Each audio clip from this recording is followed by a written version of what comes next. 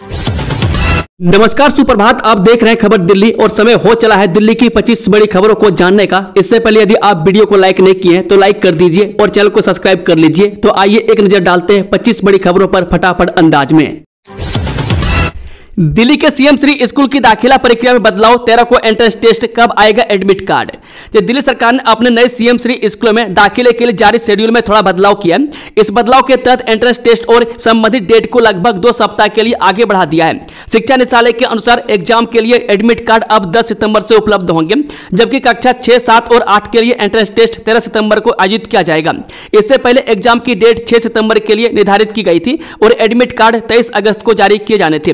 DOE के मुताबिक यह एग्जाम द्विभाषी OMR फॉर्मेट में आयोजित किया जाएगा, जिसमें हिंदी, अंग्रेजी, सामान्य ज्ञान, मेंटल एबिलिटी और न्यूमेरिकल एप्टीट्यूड जैसे विषय शामिल होंगे।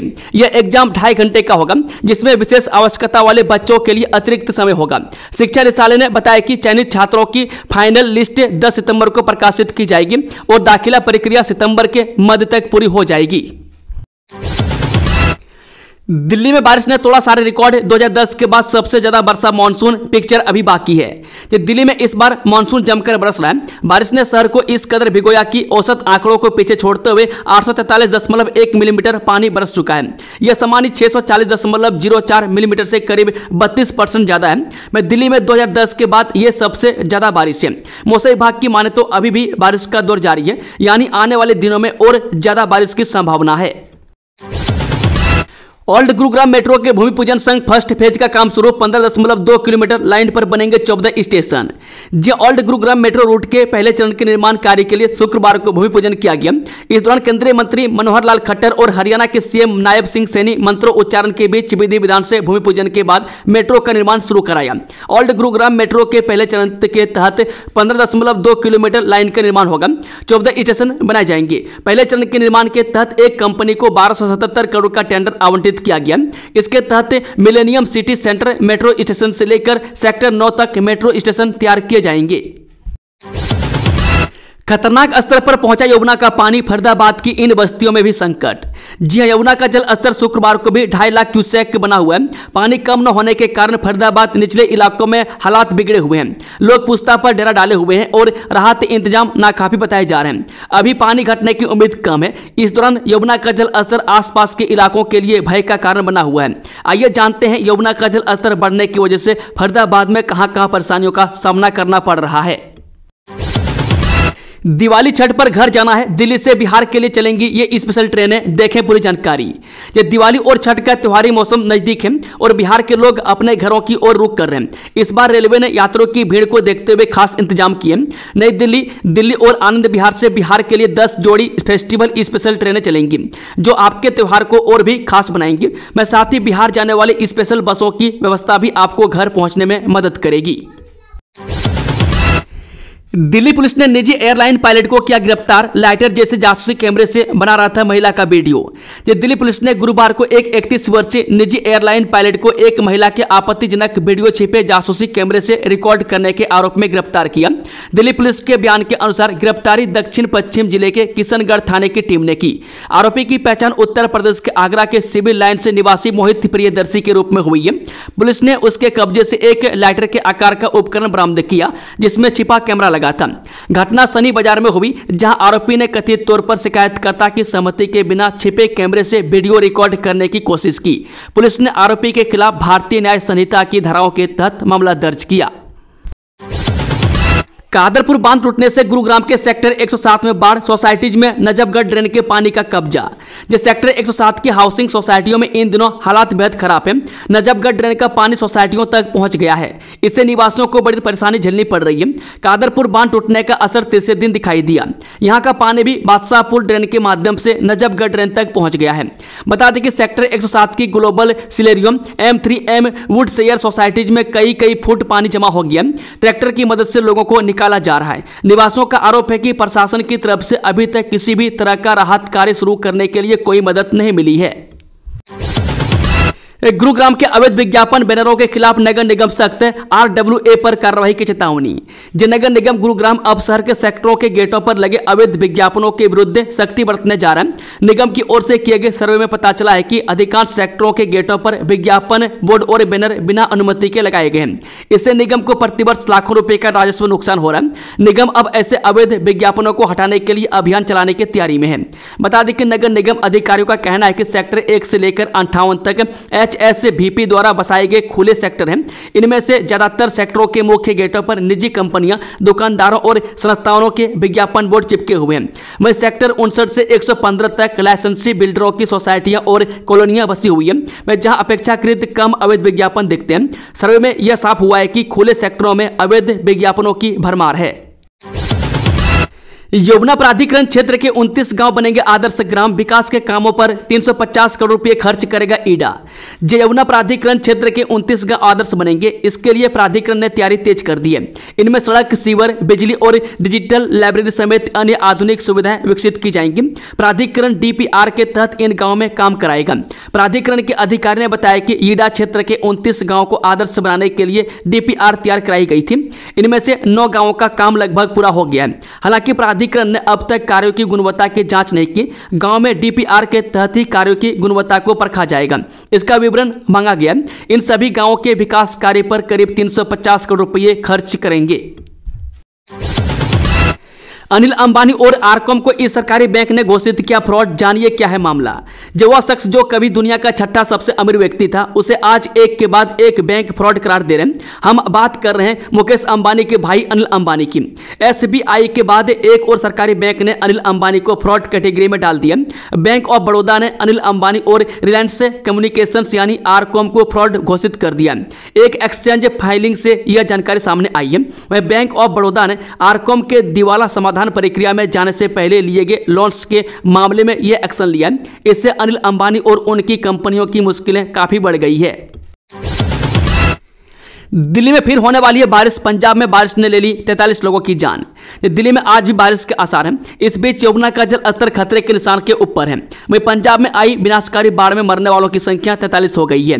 यमुना का उफनता पानी इस सप्ताह उत्तर दिल्ली के मजनू का टीला की तंग गलियों में घुस आया, जिससे दर्जनों घर और दुकानें जलमग्न हो गई और जनजीवन अस्त व्यस्त हो गया है। पानी के उतरने के बाद इलाके में गीली लकड़ियां, टूटी मशीनें और ठहरे हुए नालों के गंदे पानी की बदबू एहसास कराती है कि बहुत कुछ अब नए सिरे से शुरू करना होगा। दिल्ली विश्वविद्यालय शिक्षक संघ चुनाव में किसे मिली जीत, कार्यकारिणी के नतीजे भी घोषित। दिल्ली विश्वविद्यालय शिक्षक संघ के हालिया चुनाव में राष्ट्रीय लोकतांत्रिक शिक्षक मोर्चा के प्रोफेसर BS नेगी अध्यक्ष चुने गए। उन्होंने मुख्य प्रतिद्वंदी डेमोक्रेटिक टीचर्स फ्रंट के प्रोफेसर राजीव रे को 638 वोटों से मात दी। प्रोफेसर नेगी को कुल 3766 वोट मिले, जबकि प्रोफेसर राजीव रे को 2728 वोट ही मिले। आम आदमी पार्टी के शिक्षक संगठन के प्रोफेसर राजेश झा को 1451 मत मिले। चुनाव में शिक्षकों ने उत्साह के साथ हिस्सा लिया। कुल 9800 पात्र शिक्षकों में से 8221 ने मतदान किया।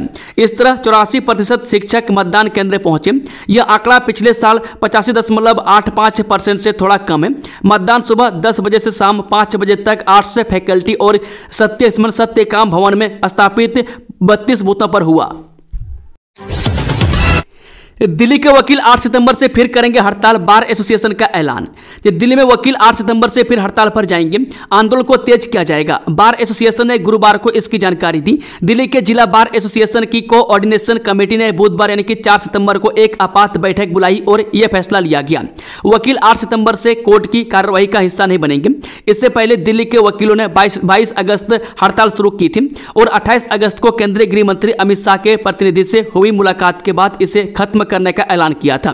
दरअसल 13 अगस्त को दिल्ली के LG की तरफ से एक नोटिफिकेशन जारी किया गया था। इसमें पुलिस अधिकारियों को थाने से गवाही देने की छूट दी गई और इसके लिए कुछ स्थान भी तय किए गए। वकीलों का विरोध इसी आदेश के खिलाफ है। वकीलों की दलील है कि यह आदेश से जन विरोधी है और आरोपी के बचाव के अधिकार को भी सीमित करती है। वकीलों का कहना है कि इस आदेश से लोगों को न्याय नहीं मिलेगा। दिल्ली पुलिस में प्रमोशन पॉलिसी को लेकर पुलिस कर्मियों में असंतोष की स्थिति, जानिए क्या कहा। ये दिल्ली पुलिस में प्रमोशन पॉलिसी को लेकर हाल के दिनों में असंतोष व बहस तेज हो गई है। पुलिस कर्मियों का कहना है कि मौजूदा व्यवस्था न सिर्फ उनके मनोबल को कमजोर कर रही है बल्कि विभागीय कार्य प्रणाली पर भी सवाल खड़े कर रही है। ताजा मामला एक असिस्टेंट सब इंस्पेक्टर का है जिसने पुलिस कमिश्नर को ईमेल भेजकर प्रमोशन पॉलिसी में बदलाव की मांग की है। इस सुझाव ने दिल्ली पुलिस के भीतर नई चर्चा छेड़ दी है। दिल्ली में इस दिन लगने जा रही लोक अदालत, जानिए ट्रैफिक चालान का कैसा होगा निपटारा। जी हां, दिल्ली राज्य विधिक सेवाएं प्राधिकरण ने इस साल की तीसरी राष्ट्रीय लोक अदालत का आयोजन करने की तारीख की घोषणा कर दी है। दिल्ली में 2 करोड़ से भी ज्यादा ट्रैफिक चालान लंबित रहने के कारण लोगों को बेसब्री से लोक अदालत का इंतजार रहता है ताकि वह कम से कम पैसों में अपने वाहनों के ट्रैफिक चालान का निपटारा करा सके। अब लोगों का साल की तीसरी राष्ट्रीय लोक अदालत के लिए जल्दी इंतजार का समय समाप्त हो जाएगा। दरअसल दिल्ली राज्य विधिक सेवाएं प्राधिकरण ने 13 सितंबर को राष्ट्रीय लोक अदालत के आयोजन की अधिसूचना जारी कर दी है। अधिसूचना में DSLSA के सदस्य सचिव राजीव बंसल ने बताया कि 31 मई 2025 तक के लंबित ट्रैफिक चालान का निपटारा 13 सितंबर की राष्ट्रीय लोक अदालत में किया जाएगा। BS नेगी चुने गए अध्यक्ष, NDTF उम्मीदवार की लगातार तीसरी बार जीत। दिल्ली विश्वविद्यालय शिक्षक संघ के अध्यक्ष पद पर लगातार तीसरी बार नेशनल डेमोक्रेटिक टीचर्स फ्रंट ने जीत दर्ज की है। NDTF से अध्यक्ष पद के प्रत्याशी प्रोफेसर BS नेगी ने 638 वोटों के अंतर से वामपंथी शिक्षक संगठन डेमोक्रेटिक टीचर्स फ्रंट के प्रत्याशी प्रोफेसर राजीव रे को हरा दिया। प्रोफेसर नेगी को 3366 और प्रोफेसर रे को 2728 वोट मिले। वहीं आम आदमी पार्टी के शिक्षक संगठन AADTA के प्रत्याशी प्रोफेसर राजेश झा को 1420 वोट के साथ तीसरे स्थान पर रहे। कमलेश कुमार रघुवंशी 451 वोट के साथ चौथे और संदीप कुमार 14 वोट के साथ पांचवें व संजय मोहन मराले 10 वोट के साथ छठे स्थान पर रहे। न NDA पास न सेना की नौकरी, फिर भी बना लेफ्टिनेंट और ठग ली युवती से रकम, ऐसे खुला भेद। दिल्ली पुलिस की शाहदरा जिला की टीम ने एक ऐसे युवक को गिरफ्तार किया है जिसने खुद को पैरा कमांडो लेफ्टिनेंट बताकर न केवल परिवार और समाज को धोखा दिया बल्कि शादी का झांसा देकर एक युवती से 70,000 भी ठग लिए। आरोपी के पास से आर्मी की वर्दी और फर्जी पहचान पत्र बरामद हुआ है। DCP प्रशांत गौतम ने बताया कि गिरफ्तार आरोपी की पहचान दीपांशु, उम्र 23 वर्षीय, निवासी संजीव नगर, कानपुर के रूप में हुई है। तबलीगी जमात प्रमुख मौलाना साद को मिली बड़ी राहत, दिल्ली पुलिस ने दी क्लीन चिट। तबलीगी जमात के प्रमुख मौलाना साद पर साल 2020 में कोविड के दौरान महामारी फैलाने का आरोप लगा था, जिसके बाद काफी हंगामा मचा था और मौलाना के खिलाफ हजरत निजामुद्दीन पुलिस थाने में तत्कालीन इंस्पेक्टर ने FIR कराई थी। इंस्पेक्टर ने आरोप लगाया था कि लॉकडाउन नियमों का उल्लंघन करते हुए मौलाना साद ने इस सोशल मीडिया के माध्यम से तबलीगी जमात के साथियों को देश विदेश से बुलाकर निजामुद्दीन मरकज में जाम किया था। वह करीब 5 साल की जांच के बाद दिल्ली पुलिस ने मौलाना साद को पाक साफ बताया। वह पुलिस का कहना है कि मौलाना के जब्त किए गए लैपटॉप में जो बयान रिकॉर्ड हुए हैं उनकी जांच की गई थी। इन बयानों में कुछ भी आपत्तिजनक नहीं पाया गया। वह उनके सभी बयान इस्लाम धर्म से जुड़े निकले हैं, जिससे मौलाना साद मुसलमानों को बुरी बातों से रोकते हुए और अच्छी बातों पर अमल करने के लिए कह रहे हैं। यमुना के उफान से पूर्वी दिल्ली में हाहाकार, 3 दिन में बोट क्लब ने 2500 लोगों और 1500 पशुओं को बचाया। यमुना अपने रौद्र रूप में है, पानी का बहाव बहुत तेज है। जल स्तर से प्रभावित क्षेत्रों में जान बचाने में पूर्वी जिले का बोट क्लब मददगार साबित हो रहा है। पिछले 3 दिन में क्लब के गोताखोरों व सदस्यों ने 2500 लोगों का रेस्क्यू किया। यह वह लोग हैं जो अपने घर व झुग्गियों में फंसे हुए थे। 1000 से अधिक बेसहारा गाय बचाने के साथ ही 500 आवारा कुत्तों को बचाया है। बुराड़ी, बदरपुर, खादर गांव, पुराना उस्मानपुर, पुराना गड़ी मेड़ू गांव, civil line, Gita colony, Purana Loha Pul, Yamuna bank, Jaitpur, Mayur Vihar phase 1, DND, Gita colony, Yamuna bank समेत कई क्षेत्रों में बोट क्लब पिछले 3 दिनों से समय समय पर रेस्क्यू ऑपरेशन चला रहा है। चाकू की नोक पर दिया वारदात को अंजाम, अब पुलिस ने नाबालिग समेत 4 को दबोचे। दिल्ली के सुल्तानपुरी में एक दुकानदार को चाकू की नोक पर लूट लिया गया। पुलिस ने त्वरित कार्रवाई करते हुए नाबालिग समेत 4 आरोपियों को गिरफ्तार कर लिया है। आरोपी के पास से लूटी गई नकदी और मोबाइल फोन बरामद किए गए। शिकायतकर्ता ने बताया कि 3 अज्ञात लड़के दुकान में घुसे और चाकू दिखाकर लूटपाट की। आरोपियों की सुल्तानपुरी के फूलवाला पार्क से गिरफ्तार किया गया है। बाहरी दिल्ली के सुल्तानपुरी में 4 बदमाशों ने चाकू की नोक पर एक दुकानदार को लूट लिया। बदमाश पास केस बॉक्स में रखी सारी नकदी और मोबाइल फोन लूटकर फरार हो गए। पुलिस ने त्वरित कार्रवाई करते हुए एक नाबालिग समेत 4 लोगों को पकड़ लिया। आरोपित से नकदी व मोबाइल बरामद कर ली गई है। शिक्षक दिवस पर कुलपति पुरस्कार योजना का शुभ आरंभ, आवेदन से इनाम तक का पढ़िए हर अपडेट। केंद्रीय संस्कृति विश्वविद्यालय में शिक्षक दिवस के उपलक्ष्य में कुलपति पुरस्कार योजना का शुभ आरंभ किया गया। इस योजना के लिए 5 सितंबर से 5 अक्टूबर तक विश्वविद्यालय के शैक्षणिक एवं अशैक्षणिक संवर्ग के कर्मचारी विभिन्न श्रेणियों में आवेदन कर सकेंगे। इसके साथ ही वन नेशन वन सब्सक्रिप्शन योजना का भी औपचारिक उद्घाटन किया गया। इस अवसर पर आयोजित समारोह की अध्यक्षता विश्वविद्यालय के कुलपति प्रोफेसर श्रीनिवास बरखेड़ी ने की। इस अवसर पर विश्वविद्यालय के पूर्व प्राचार्य डॉक्टर नौदनाथ मिश्र को शिक्षा क्षेत्र में उनके उल्लेखनीय योगदान के लिए शिक्षा श्री सम्मान से सम्मानित किया गया।